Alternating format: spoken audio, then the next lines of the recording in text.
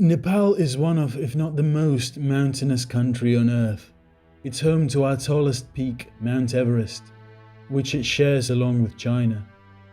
While the third tallest mountain on Earth, Kanchenjunga, is split between Nepal and India.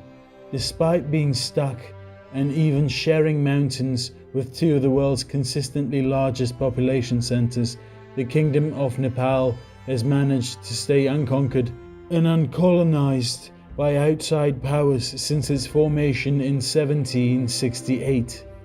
With the shield provided by the Himalayan mountain range, the Nepalese have used their terrain to stave off any would-be subjugators.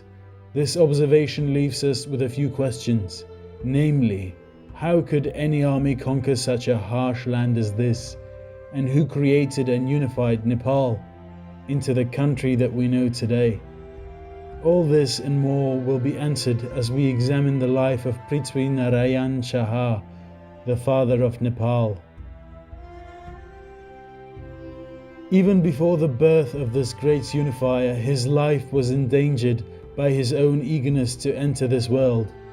His mother, a woman of noble birth named Kaushalyavati, was the second and favorite wife of King of Gorkha, a man named Narbopal Shah.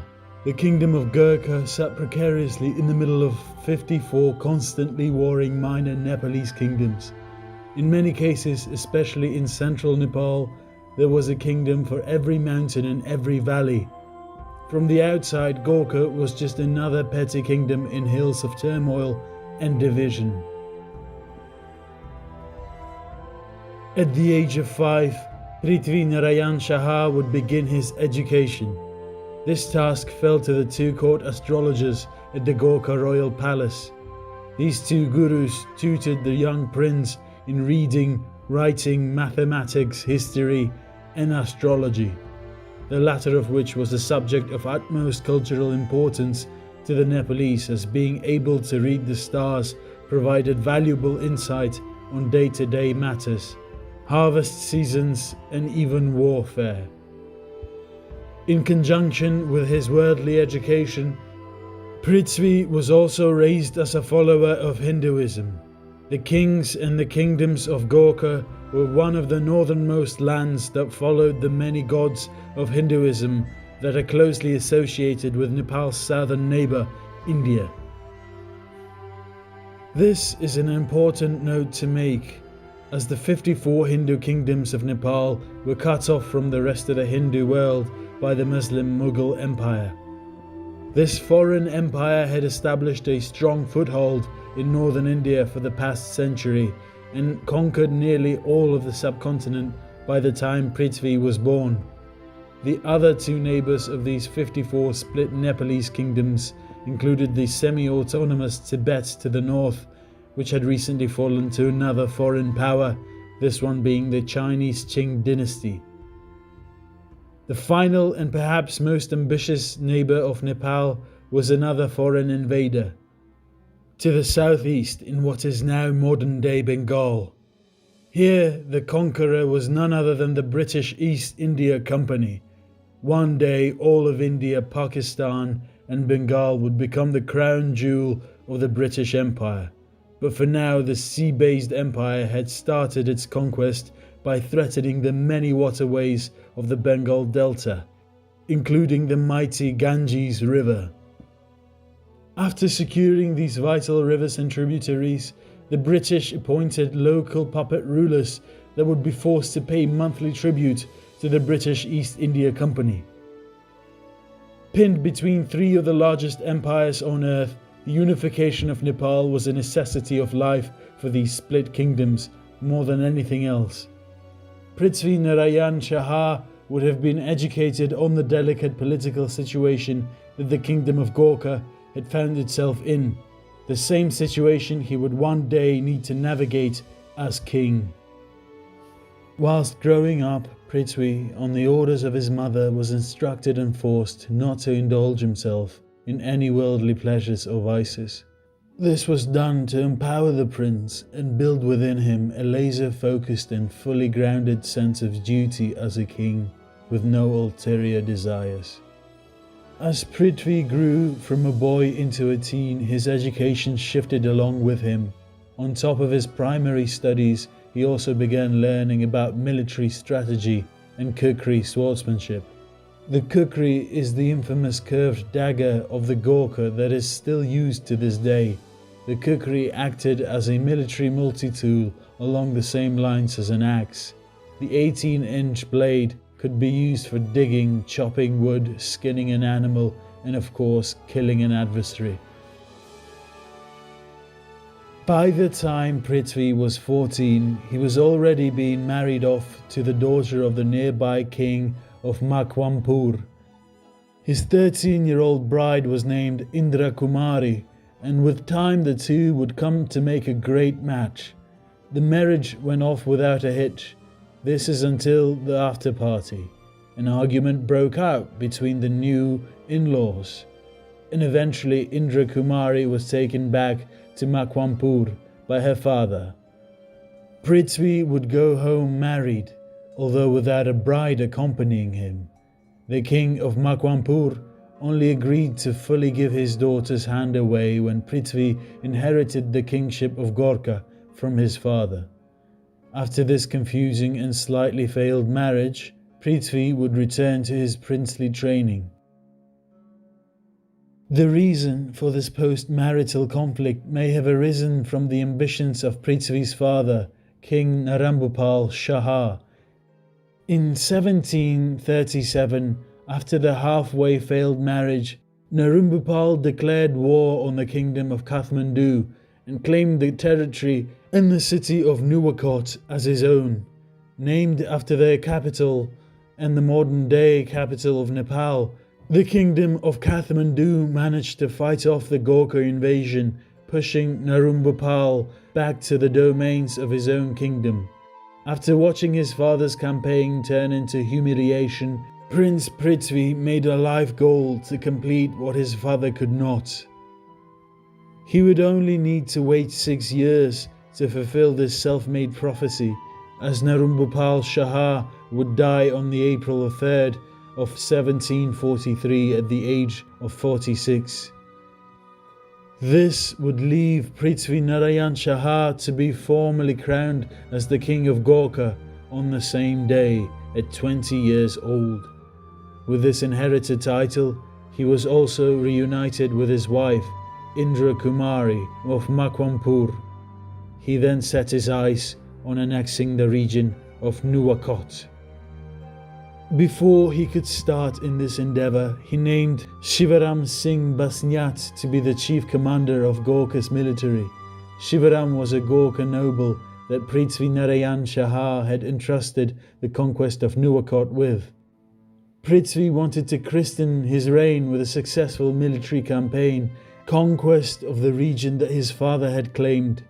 What he got was more similar to his own father's failed invasion only 6 years ago. This was a humiliation, but Prithvi would return to the drawing board to see how he could defeat the stubborn kingdom of Kathmandu. His solution required the adoption of two very important things: friends and a lot of gunpowder. First, to secure his western flank, Prithvi made an alliance with 3 other nearby kingdoms. From north to south, he aligned himself with the king of Lanjung, his father's old friend the king of Tanahun, and the king of Palpa, who ruled one of the largest kingdoms in the region. With Makwampur already pacified through his first marriage, Prithvi had only the king of Kathmandu, Jaya Prakash Malla, to worry about. To fulfill the second part of his plan, Prithvi intended to modernize his army by purchasing loads of gunpowder. The closest city to do that in was to the south, in the control of the Mughal Empire, an old jewel of a city in North India, Varanasi. In Varanasi, Prithvi Narayan Shah entered into his second marriage with Narendra Singh, the daughter of Rajput of Varanasi, a man named Abhiman Singh. With the alliance secured, Prithvi purchased many barrels of gunpowder, firearms, heavy artillery, and most importantly military advisors to drill his soldiers and instruct and train Prithvi in the art of ever-modernizing 18th century warfare. With new tools and gunpowder to fill them, Prithvi returned to Gorkha. The next thing he did could have been the defining decision of his entire reign. The king of Gorkha allowed for anyone from any strata of life to join the military. In Indian culture, the caste system was only disrupted in times of dire emergency, but now untouchables could fight along the side of commoners, merchants, the established warrior class, and even the revered Brahmin. This choice made sense, as soldiers carrying guns and towering cannons could be trained far easier and in less time than ever before. This also allowed for an all-encompassing army of Prithvi Narayan Shah to swell in size. He was ready to strike at Nuwakot again, this time with a modernized force of 1,500 kukri-wielding, cannon-firing musketmen. Prithvi, as any wise king would, waited for the stars to fully align in his favor before making his move on Nuwakot. The infamous priest and court astrologer Kulanada Dakal informed the king on the September of 26, telling him the precise time to begin the attack. Before launching his assault, his priests hammered nails into the soil of Nuwakot to ensure their victory. Prithvi Narayan Shah then split his army into 3 different contingents to attack their goal, the fortress of Mahamandal, from 3 different angles. Prithvi would attack Mahamandal from the most unexpected southern side of the fortress. Prithvi's brother, Prince Mahodaman Kirti Shah, would attack Mahamandal's western gate. The third army was led by a Gorkha noble named Kalu Pandey. He would strike the fortress's mountainous northern wall along with Prithvi's other brother, Prince Dal Mardan Shah. Defending the fort was Sankhamani Rana, the son of a former Gurkhil general named Jayant Rana, who had turned coat to the kingdom of Kathmandu after Prithvi's first defeat at their hands. As if the capture of Nuwakot wasn't already a matter of personal vengeance, this added another layer of emotion to the situation. General Kalu Pandey began the assault by scaling the northern cliffs of Mahamandal at night. Without being seen, he managed to gather his army on a cliff face before scaling the walls of the fortress.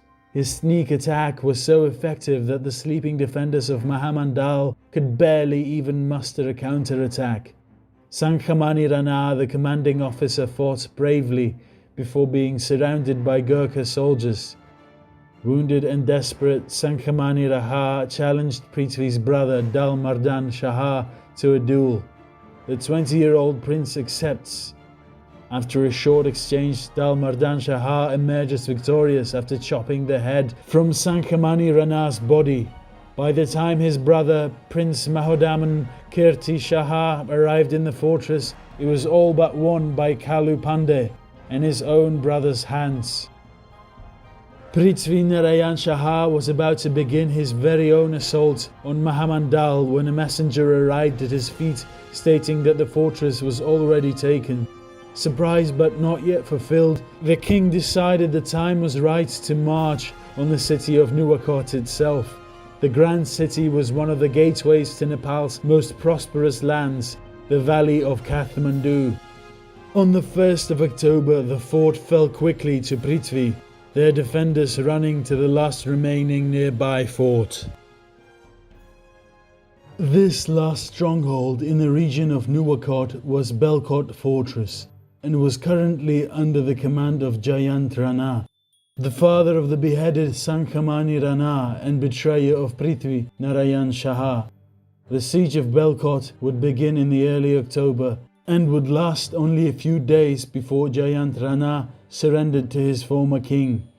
In that time, the defenders of Belkot took as many as were taken, killing 50 Gorkhas in their defense. With this Pyrrhic victory, Prithvi Narayan Shah had just finished what his father and even himself could not complete, the conquest of Nuwakot. As the imprisoned Jayant Rana was paraded through the streets of Nuwakot city, he was probably thinking back to the letter that Prithvi had written to him before launching the conquest of Nuwakot. In the letter, Prithvi asked for Jayant Rana to betray the king of Kathmandu as he had betrayed Gorkha. Jayant Rana had written back, rejecting the king's proposal. He was then marched until reaching the grand palace of Nuwakot, his fate trailing behind us. Here, in the view of Prithvi's new subjects, the populace of Nuwakot, was shown what happened to traitors of Gorkha. Jayant Rana was then skinned alive. This was done as Prithvi Narayan Shah was betrayed again. On the other side of Gorkha, his father's old friend, the allied king of Tanahun, launched his own attack on Gorkha. The king of Tanahun had preemptively guessed that Prithvi would be defeated again at Nuwakot. He was wrong, and now the young king of Gorkha was coming for him. Prithvi turned his army around and pushed back the invading force of Tanahun. Prithvi then invades Tanahun in his own turn. In a short month, he annexes the kingdom and captures the king of Tanahun, imprisoning him for the rest of his life. In a 2-for-1 deal, Prithvi Narayan Shah had just doubled the domain of Gorkha. In the next year, he would be forced to protect these gains. The king of Kathmandu, Jayaprakash Malla, gathered an army and hired a new general to dislodge the Gorkha from Nuwakot. Commanding the defense of Nuwakot was the chief commander of Gorkha's army, the aged Shivaram Singh Basnyat. Despite his age, he marched to meet the army of Kathmandu. At the ensuing battle of Sanga Chowk, the Gorkha were defeated, with Shiravam Singh Basnyat perishing in the combat. After the lost battle, Gorkha reinforcements arrived in the area and drove back the armies of Kathmandu.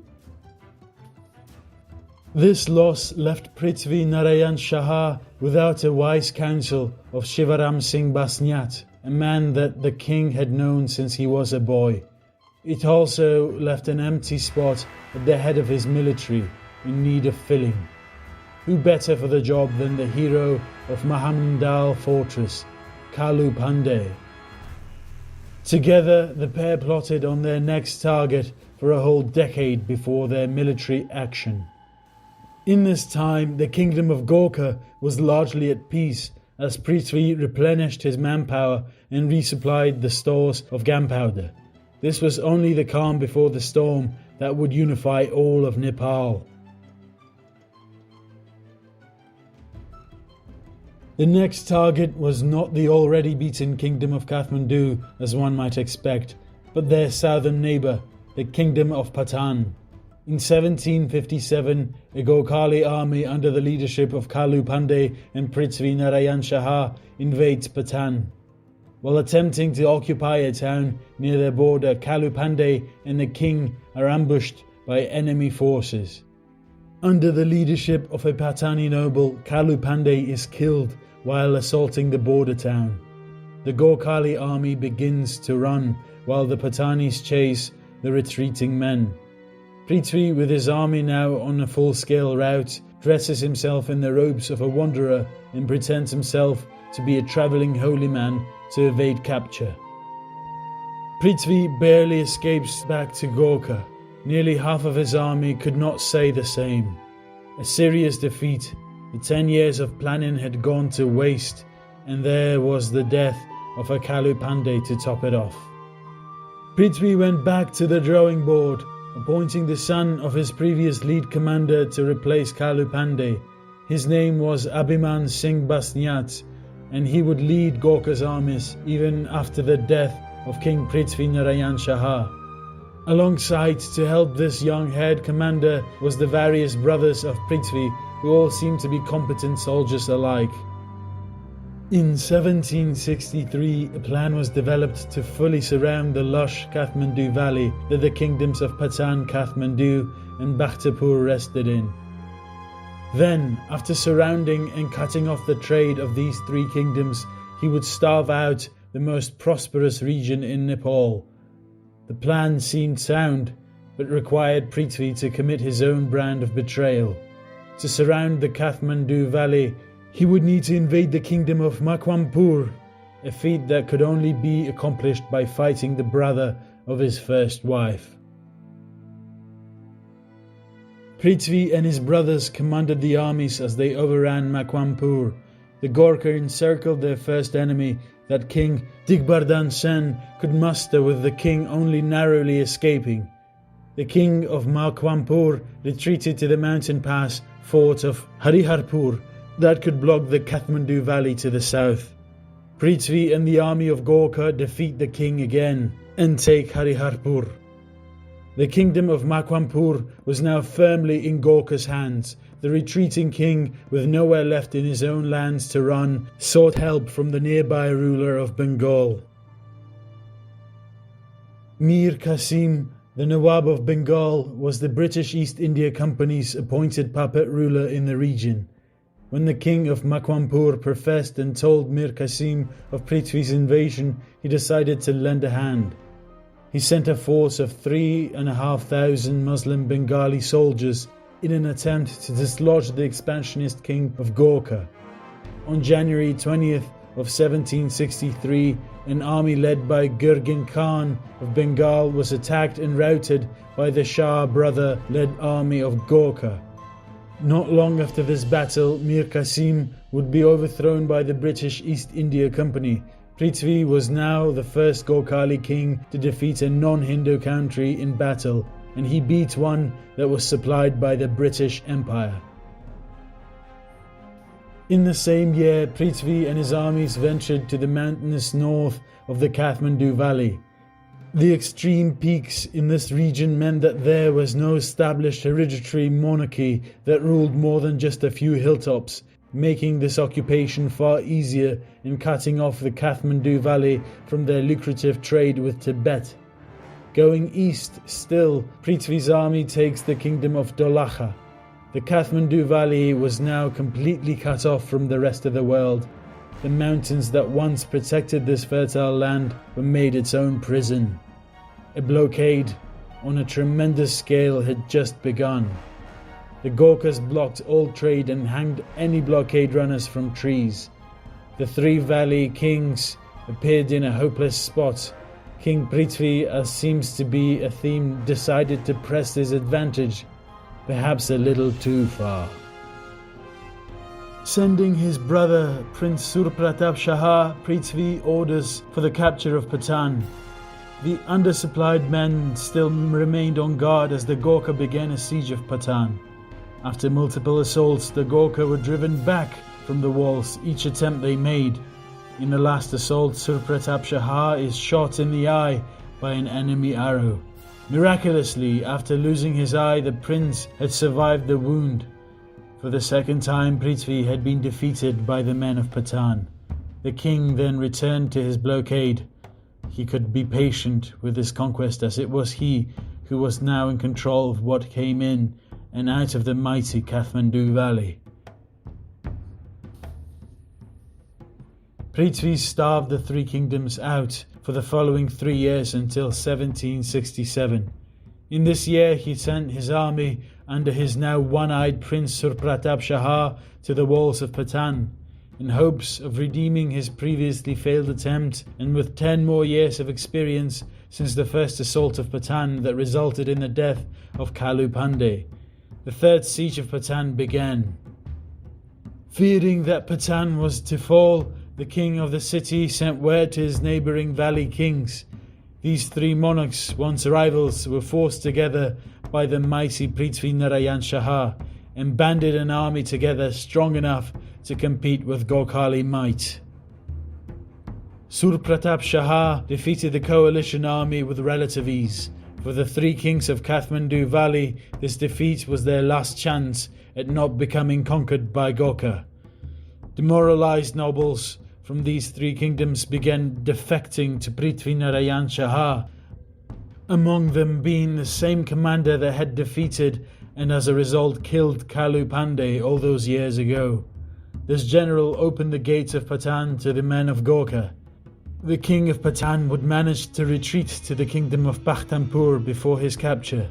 To punish Bhutan for its decade of resistance and to disfigure the city that had disfigured his own brother, Prithvi Narayan Shah ordered for all of the ears and noses of every inhabitant in sight to be cut off. On that day, thousands of men, women and children were cut by the kukri of the Gorkha. In the aftermath, Prithvi Narayan Shah would not outright annex Bhutan, but instead offered kingship to his loyal brother, the victor of the duel of Mahamandal, Dal Mardan Shah. Finally, after years of attempts, Prithvi had started his conquest of Kathmandu Valley. He had his first victory and only 2 kingdoms remained. His next target would be the former owner of Nuwakot, Jaya Prakash Malla, in the city of Kathmandu itself. Jaya Prakash Malla was no fool, however, and knew the king of Gorkha could not be defeated by him and his Bhaktapur ally. He wrote to the British East India Company, informing the British of the fate of Bhutan and pleading for assistance. The British in turn wrote to Prithvi Narayan Shah and ordered him to cease his blockade of the valley. Prithvi Narayan Shah didn't even write back. This forced the British to send an expeditionary force north to inspect the situation. Led by Captain George Kinloch, the expedition reached the fort of Sindhuli on November 6th of 1767. Sindhuli rested only 47 miles away from the city of Kathmandu. The British attacked the few Gorkha stationed inside the small fort of Sindhuli, but they were initially repulsed under heavy fire. After regrouping, Captain Kinloch launched another assault on this fort, this one finding more success as they took Sindhuli with minimal casualties. Far from their supply lines in Bengal, the British were promised plenty of food from Jaya Prakash Malla once reaching Sindhuli. The supplies were nowhere to be found as the king of Kathmandu had barely enough food for his own people. After waiting for resupply for a few days to no avail, Captain Kinloch returned to Bengal. Prithvi Narayan Shah had just ignored the British Empire, and it appeared by means of blockade he had won. The battle for Kathmandu city began on the night of September 25th of 1768. The attacking Gorkha split their army into 3. One of the forces was to be commanded by the experienced brother of King Prithvi, Prince Surpratap Shah. The other 2 contingents were to be led by the sons of Kalu Pandey, who had followed their family's military tradition. Once the Gorkhali began scaling the walls, the nobles of Jaya Prakash Malla began to take the side of Prithvi. After a short defense and the surrender of many, the city of Kathmandu falls to Prithvi Narayan Shah. Jaya Prakash Malla would retreat with a few loyal men to the city of the 6 Pradhans, Lalitpur. After the quick battle for the city, many citizens of Kathmandu awoke without even knowing what had happened. They were quickly informed as Prithvi Narayan Shah led a victory parade through the streets of Kathmandu. It is here, in front of his army and the citizens of Kathmandu, that the kingdom of Gorkha became the kingdom of Nepal. King Prithvi Narayan Shah of Nepal then named Kathmandu as his new capital city. Like the country that he had created, Kathmandu still stands as the capital of Nepal to this very day. During his coronation, celebratory gunshots were fired into the air. One gun malfunctioned and killed a son of the late Kalu Pandey, dampening the atmosphere of an otherwise joyous day. The city of Lalitpur, formerly under the control of Bhutan, was ruled over by a council of 6 men called the Pradhans. This was a long-standing tradition that Prithvi was here to disrupt. After a long siege and a few failed assaults, Prithvi decided to make a deal with the non-Pradhan nobles of the city, as it was them who had turned over the Kathmandu valley to him up until this point. After successfully coming to a deal with a clique of Lalitpur nobility, Prithvi orders for an assault led by his one-eyed brother Surpratap Shah. The city then falls without a fight to an army of 20,000 Nepalese. Again, Jaya Prakash Malla retreated. this time falling back to the last holdout city, Bhagatpur, joining the king of Patan. As for the 6 ruling Pradhans, they would be treated respectfully by King Prithvi. That is until he changed his mind and ordered them all to be killed and for their bodies to be dumped in a nearby river. Only one city stood between Prithvi Narayan Shah and the complete annexation of the prosperous Kathmandu Valley, Bhagatpur. The city was now home to the 3 once mighty valley kings. The siege began. The nobles, tired of blockade and war, betrayed the 3 kings and opened the gates of Bhagatpur on the night of 25th of November of 1769. Little did they know the repercussions. The Nepalese army entered and in a final show of dominance looted and burned Bhagatpur, killing 2,000 civilians and burning at least 500 houses to the ground. Finally, the 3 kings of Kathmandu Valley were all cornered with nowhere left to go. Jaya Prakash Malla, the longest standing rival of Prithvi Narayan Shah, was killed by a bullet whilst fighting in the defence of the city. The king of Patan was brought to him in chains, wherein he would remain a hostage for the rest of his days. For the king of Bhagatpur, Prithvi Narayan Shah had a rare sympathy for the 66-year-old Ranajit Malla. The final king of Bhagatpur was then exiled from the newly created kingdom of Nepal. In sorrowful retribution, Ranajit Malla composes what would become a popular Nepalese folk song expressing his melancholy last look at his homeland of the Kathmandu Valley. The near 15-year-long plan to conquer the Kathmandu Valley and create the unified kingdom of Nepal was now complete.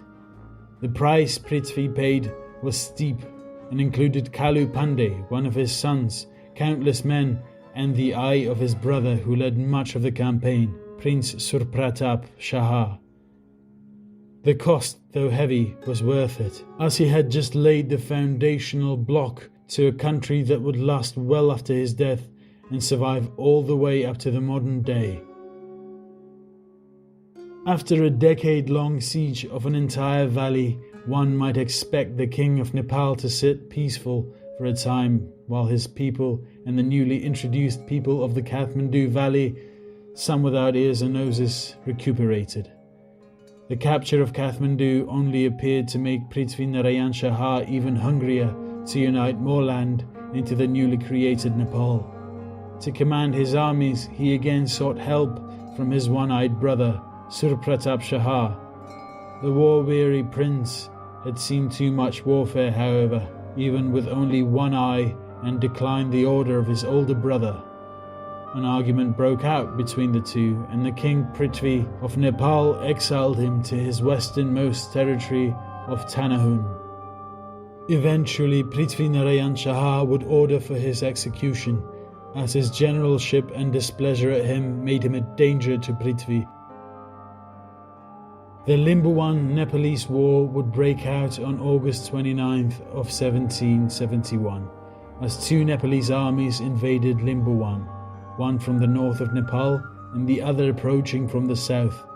The northern army was led by a Gorkhali noble named Ram Krishna Kunwar, a man whose descendants would go on to give the Shah rulers of Nepal headache after headache. The southern army of Nepal was under the command of Abhiman Singh Basniat, the son of Shiravam Singh Basniat, who was Prithvi Narayan Shah's first lead commander of his armies.